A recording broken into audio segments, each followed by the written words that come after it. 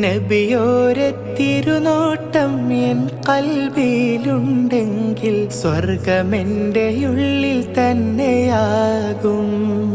സർവസുഖവും പിന്നെ എന്തിനെന്നാവും.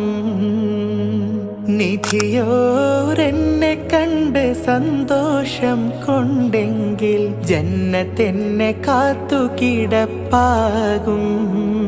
ജന്മമോ 1000 വസന്തമാകും. നബിയോരെ തിരുനോട്ടം എൻ കൽബിലുണ്ടെങ്കിൽ സ്വർഗമെൻ്റെ ഉള്ളിൽ തന്നെയാകും. സർവസുഖവും പിന്നെ എന്തിനെന്നാവും. നിധിയോരെന്നെ കണ്ട് സന്തോഷം കൊണ്ടെങ്കിൽ ജന്നത്തെന്നെ